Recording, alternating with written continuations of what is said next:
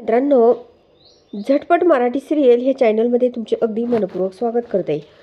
तू ही रे माझा मितवा या मालिकेच्या 19 नोव्हेंबरच्या एपिसोडमध्ये असं बघायला मिळतं की आता ह्या लावण्याचा जो काही या अर्णवबरोबर वेळ घालवण्याचा जो काही प्लॅन असतो तो ईश्वरीने फ्लॉप केलेला असतो. कारण अगदी सर्व प्लॅन करून लावण्य जेव्हा या आपल्या अर्णवला ऑफिसमध्ये दरवाजा लावून घेत असते आणि त्याला जी काही कॉफी पिण्यासाठी आणलेली असते तेव्हा आता या लावण्याचा वेगळाच प्लॅन असतो.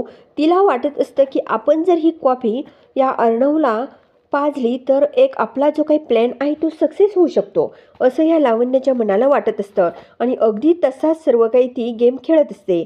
जेव्हा आता ही अर्णव समोर ही लावण्य ती कॉफी घेऊन येते आणि इतकी काही अर्णवशी गोड बोलण्याचा प्रयत्न करत असते आणि बोलते की यार तू एकदा एवढी कॉफी पिऊन बघ, तुला किती फ्रेश वाटेल रे, असं ही लावण्य जेव्हा अर्णवला बोलत असते.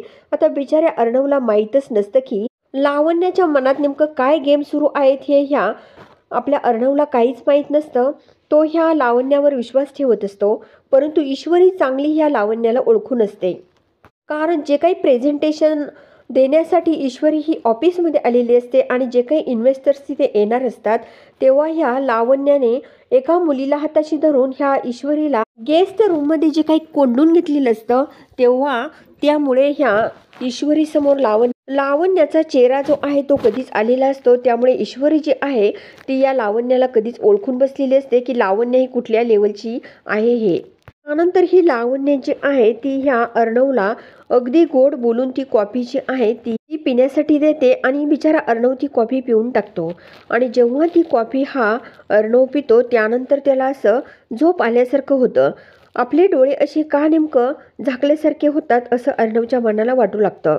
नंतर इकडे ही लावण्य लगेच या AIRला बोलते की AIR काय होतं रे नेमकं तुला, अरे AIR तुला काय होतं, असं पण ही लावण्य जी आहे ती ह्या अर्णवला बोलत असते. परंतु आता अर्णवला आणखीनच जास्त डोळे झाकल्यासारखं होत असतं आणि अगदी चक्कर आल्यासारखं होतं.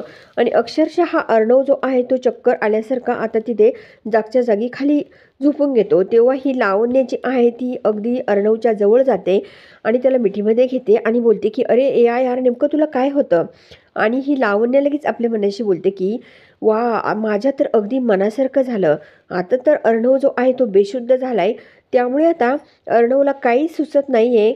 अर्णवला पूर्णपणे ती कॉफी पिल्यामुळे पूर्णपणे त्याला धुंदी आलेली आहे. त्याला काही सुचत नाही आहे असंही लावण्या जी आहे ती आपल्या मनाशी बोलत असते.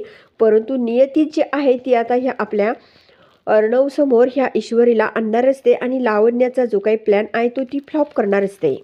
लावण्या पुन्हा अर्णवच्या खूपच जवळ जाऊ लागते आणि अर्णव AIR असं म्हणू लागते.